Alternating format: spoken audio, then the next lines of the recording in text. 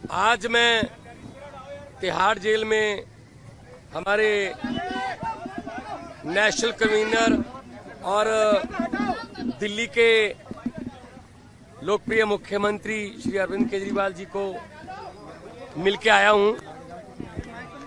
सबसे पहले परिवार की बातें हुई। मेरी बेटी नियामत जो कि अभी 1 महीने की हुई है, उसका हालचाल पूछा, कैसी है वो। उसके बाद पंजाब के लोगों की, किसानों की फसल क्योंकि इस बार मंडियों में अब आ रही है, तो उन्होंने पूछा कि पैदावार कैसी है इस बार, और जो किसानों का जो डायरेक्ट जो ट्रांसफर है पैसे की, जो सीसीएल की फसल का पैसा, उसमें कोई बाधा तो नहीं आ रही, या कोई चुनाव आचार संहिता की वजह से पंजाब में कोई ऐसी सहूलत जो रोक ली हो। मैंने कहा जी बिल्कुल नहीं है, निरंतर सुविधाएं चल रही हैं, बिजली भी फ्री चल रही है, मंडियों में एक एक दाना जो गेहूं का आएगा वो हम रिकॉर्ड पैदावार करके 130 लाख मीट्रिक टन देश के सेंट्रल पूल में दे रहे हैं, और पैसे भी उसी दिन ट्रांसफर हो रहे हैं। और जो हाड़ी बोलते हैं पंजाबी में इसको, तो ये गेहूं का सीजन जो है वो अभी चरम सीमा पे है। 2-4 दिन में जो सीजन है खत्म हो जाएगा। और सबसे बड़ी बात जो आज मैं आपको बतानी चाहता हूं, जो मैं अरविंद केजरीवाल जी को बताई, कि आज ही रिजल्ट आए हैं पंजाब में सरकारी स्कूल के 158 बच्चों ने, 158 सरकारी स्कूलों के 158 बच्चों ने जेईई का परिणाम जो मेन होता है वो पास कर लिया। ये पहली बार हुआ है। इस पर अरविंद केजरीवाल जी बहुत खुश हुए और उन्होंने कहा यही शिक्षा क्रांति हमारे सपनों में थी। उन्होंने कहा कि मेरी तरफ से सभी सरकारी अध्यापकों को और जो 158 बच्चे जिन्होंने जेईई क्लियर किया, उनके माता पिता को, उनके पेरेंट्स को मेरी तरफ से बधाई देना। तो ये पहली बार हुआ है कि सरकारी स्कूलों के बच्चों ने जेईई का परिणाम क्लियर किया, और ये हमारा सपना सच होने वाली बात है। और उन्होंने दिल्ली के बारे में और देश के बारे में भी पूछा। मैंने कहा जी मैं गुजरात होके आया हूं, भरूच और भावनगर, माइंड ब्लोइंग रिस्पॉन्स है, और लोग, पूरे देश के लोग ये कह रहे हैं कि ये गलत किया अरविंद केजरीवाल के साथ कि उनको पकड़ के अंदर कर दिया। शायद ये सोचते होंगे एक बंदे को अंदर करके हम पार्टी की आवाज बंद कर देंगे, लेकिन आपकी आवाज सर, वो व्यक्तिगत तौर पे तो आपको अंदर कर सकते हैं, लेकिन आपकी सोच को अंदर नहीं कर सकते। तो हम असम में भी गया, उन्होंने मुझे कहा कि दिल्ली भी आना, और दिल्ली के जो प्रचारक हैं उनको पंजाब में भी लेके जाना है, और कहीं भी इंडिया गठबंधन का कोई, हमारा पार्टी का कोई नेता, अगर वो असम हो, चाहे वो गुजरात हो, चाहे वो महाराष्ट्र हो, चाहे वो यूपी हो, बिहार हो, कहीं भी वो बुलाएं, हमने जाना है। ये चुनाव जो है ये जीतने हारने वाला चुनाव नहीं है, ये संविधान को बचाने वाला और लोकतंत्र को बचाने वाला चुनाव है। सेहत ठीक है, सेहत उनकी ठीक है। वो कह रहे हैं कि मुझे इंसुलिन मिल रही है, और अब मेरा रूटीन में चेकअप भी हो रहा है, तो सेहत उनकी बिल्कुल ठीक है। एक इम्पोर्टेंट सवाल यह है, गृहमंत्री अमित शाह ने ये कहा है कि अगर उनकी जान को खतरा है, जेल तो आप ही के अधीन आती है, लेकिन फिर भी अगर मुझ पर शिकायत आएगी तो हम देखेंगे, क्योंकि पिछली बार आपने कहा था कि आतंकवादियों से भी बुरा सलूक अरविंद केजरीवाल के साथ किया जा रहा है। नहीं, मीटिंग तो आज भी मेरी उसी तरीके से हुई है। शीशा, दोनों तरफ जालियां और इंटरकॉम फोन, मीटिंग तो उसी तरीके से हुई है। ये इन्होंने शायद ये मन में धार रखा है कि हम सीधा नहीं मिलने देंगे। ये इनकी मर्जी हो सकती है, या इनकी नफरत की इंतहा हो सकती है, लेकिन इतना मैं बताना चाहता हूं कि अरविंद केजरीवाल जी की जो सोच है, अरविंद केजरीवाल जी ने जो अंदर से मुझे संदेश दिया वो यही दिया कि लोगों को ये बता देना मेरी फिक्र मत करना, लेकिन वोट जरूर डालना और लोकतंत्र और संविधान को बचाने के लिए वोट डालना। तानाशाही जो आ चुकी है देश में, उसको खत्म करने के लिए वोट डालना। जल्दी राघव चड्ढा भी कैंपेन करते नजर आएंगे। बिल्कुल आएंगे। हमारे सारे नेता जो हैं वो हमारे सभी नेता अपनी अपनी जिम्मेदारी लगे हुए हैं।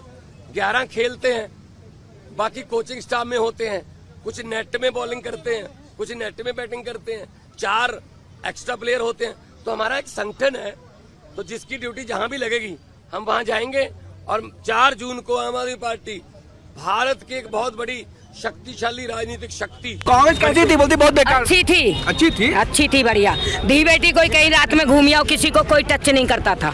जितने बलात्कार हमें इतने कभी हुए, अपने दादा परदादा से पूछो ना जाके, उनको तो पता है।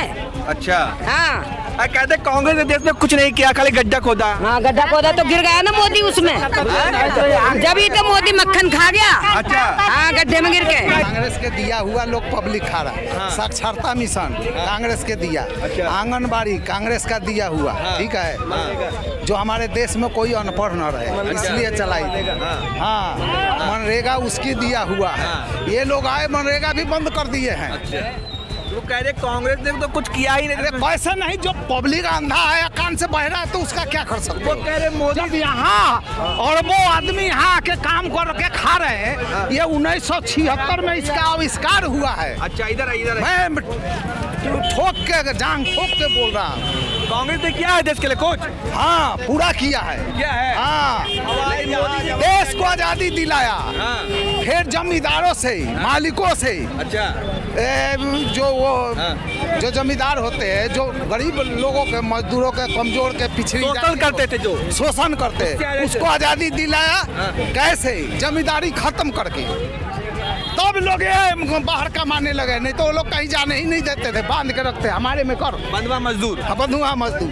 इतनी महंगाई आज तक क्या कर रहा है मोदी जी? किसके लिए करा है? करा होगा और किसी के लिए करा होगा, गरीबों को किसी को कुछ नहीं करा। बोले 5 किलो राशन दे रहे, मिलेगा तो जो 5 किलो महीने में 5 किलो ही खाएगा इंसान। अच्छा, महीने में 5 किलो ही खाया, कम से कम 10 किलो खाता होगा। देश मजबूत हो गया है। कुछ नहीं हुआ है, कुछ नहीं हुआ है, कुछ नहीं हुआ। कह रहे मोदी जी ये भी कह रहे हैं कि अगर कांग्रेस सरकार आई तो हिंदू महिलाओं का मंगलसूत्र भी छीन करके मुसलमानों को दे देगी। वो देख लो, लड़ाई झगड़े वाली बात खुद कर रहा है। अच्छा, और लड़ाई कराना चाह रहा है ना हिंदू मुसलमान। हाँ, मुसलमान तो कुछ नहीं कह रहा है, मोदी तो कह रहा है। भाई हिंदू मुस्लिम कुछ नहीं है यार, पॉलिटिक्स है सब, और मजे ले रहे हैं, राजनीति हो रही है और खुद की जेब भर रही है सरकार। मगर मैं एक कहना चाहूंगा, सब जो महंगाई जो बढ़ाते जा रहे हैं दिन पर दिन, जो चीज 10 रुपए की मिला करती थी वो आज 20 रुपए की मिल रही है। तो सर ये अंतर आप देख लो,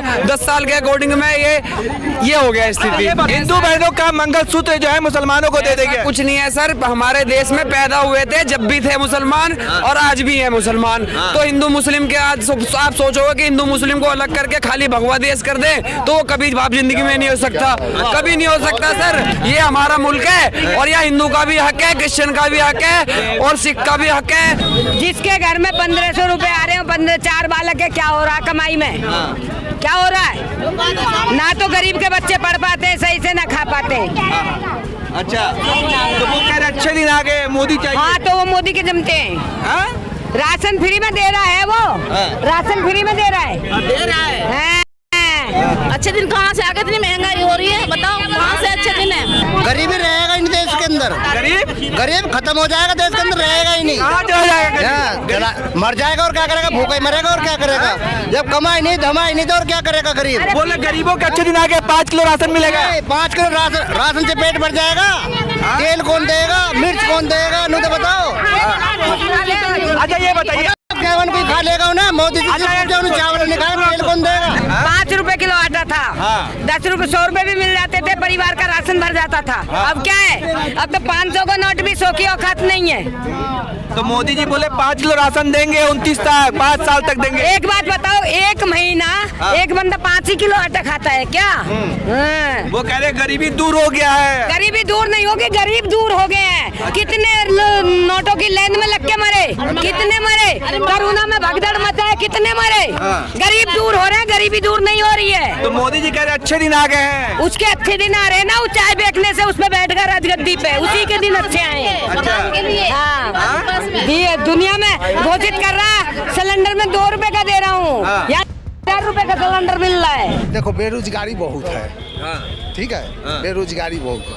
अच्छे पढ़े लिखे लोग धक्के खा रहे हैं। अब वो कुछ दिन तक नहीं मिलेंगे, देखते रहना, फिर डकैतियाँ फिर से शुरू हो जाएगी। लेकिन कह रहे कि राम राजा पढ़े लिखे हैं वो जाके बैंक लूटना शुरू करेगा। लेकिन कह रहे कि राम राज आ गया है। अरे राम से क्या यार, ये आजे राम राजा ने, इससे पहले राम का कहीं मंदिर ही नहीं था, कोई राम का पूजा नहीं करता था। आपने बाप दादा से पूछना, सुबह उठते राम राम राम सिया राम करके उठते थे, ऐसे करके उठते थे। अच्छा, जो बार बार हाँ, ये इसको बेमतलब के अपने पे हाईलाइट कर रहे हैं। हमने किया तूने कहाँ से कर दिया यार। अच्छा, ये मोदी जी कह रहे पूछना, भारत में पहले कितने राम मंदिर थे? एक यही राम मंदिर बनी है। अच्छा, आप लोग क्या चाहते हैं कि देश में सरकार बदलनी चाहिए या यही सरकार? अरे बदलाव तो होनी चाहिए यार। कुछ लोग कह रहे हैं कि कांग्रेस बीजेपी ही रहे, मोदी जी ही आए, कुछ नहीं चाहिए मोदी जी। अरे ये रहेंगे, ये काम कर रहे हैं, ये अपना व्यापार कर रहे हैं यार। बात समझ में आपको भी नहीं आता। व्यापार कर रहे हैं, व्यापार कर अपनी व्यापार कर रहे हैं। 5 किलो अनाज दे रहे हैं ना, इसी पर कूद रहे हैं ना।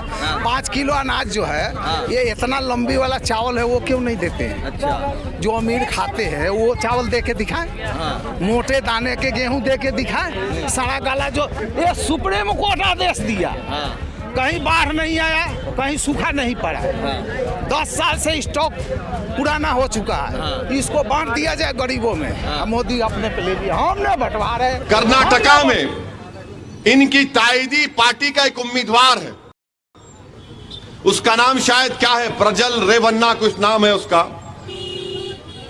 जेडीएस पार्टी का है। उसका नाम देखिए, वरना ये लोग बोलेंगे नाम गलत बोल दिया। हाँ, उसका नाम है प्रज्वल रेवन्ना।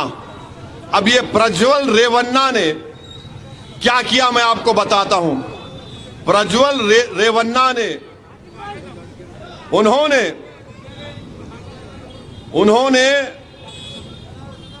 2000 वीडियो बनाए। किसके वीडियो बनाए? उनके घर में काम करने वाली औरत का वीडियो, जिसको जिनसी इस्तेसाल बोलते हैं। 2000 वीडियो घर में काम करने वाली। एक 70 साल की बूढ़ी, उसका वीडियो बनाया।